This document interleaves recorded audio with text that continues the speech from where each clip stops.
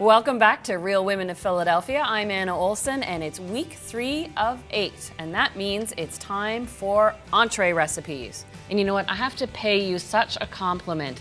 These recipe videos you're sending in are just wonderful, and in fact, I take inspiration from them. So when I was thinking what recipe to make for you, I thought, you know what? Something that's close to my heart, a real comfort dish, creamy macaroni and cheese. And Philly cream cheese is actually my secret to making it the creamiest macaroni and cheese. This is a roux-based sauce, so I start with equal parts butter and flour. So I've got half a cup of butter and half a cup of all-purpose flour. It usually takes about 3 or 4 minutes to cook out the flour in the roux, and you use your nose as a guide. It should change fragrance. So right now, it smells just like melted butter, but in about 3 minutes, it's going to smell just faintly of lightly toasted almonds, and that's your sort of signal that it's ready to add the milk. Yes, now it smells like lightly toasted almonds. So I'll turn the heat right down and gradually add 4 cups of milk, a little at a time, while whisking. The first addition is the most important. You want to whisk that completely until it thickens up. And now that I've added a full cup of the milk, I can add more confidently, knowing I'll have a nice, smooth, and creamy sauce.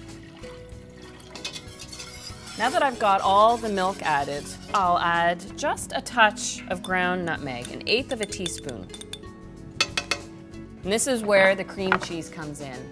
A full block of cream cheese at room temperature. And I'm just gonna let it be for a few minutes. Let the heat get into the cream cheese and it will smooth right out into the sauce.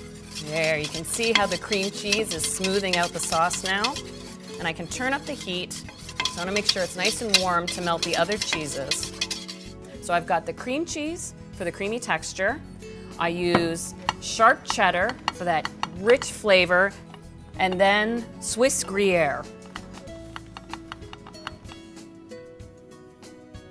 We'll just give it a moment for the heat to melt all the cheddar cheese. You start getting that sense of the stretchiness of the Swiss in there. So now that the cheddar and the Swiss have melted into that cream cheese mixture, I'm ready to add the pasta. Make sure it's still warm before you add it to the cheese sauce. We've gone to all this effort to melt the cheese. We want to keep it nice and melted and creamy. You want to stir to coat it completely. Ensure that it's all melted through. Oh, see that stretchiness? That's why I like to add the Swiss cheese in there. So here it is, my favorite comfort food, creamy macaroni and cheese. Now it's your turn. Grab the camera, get in the kitchen, start cooking, and send in those entree videos. You've been doing great. I know you have a little bit more in you, and I've got to put a little bit of this in me.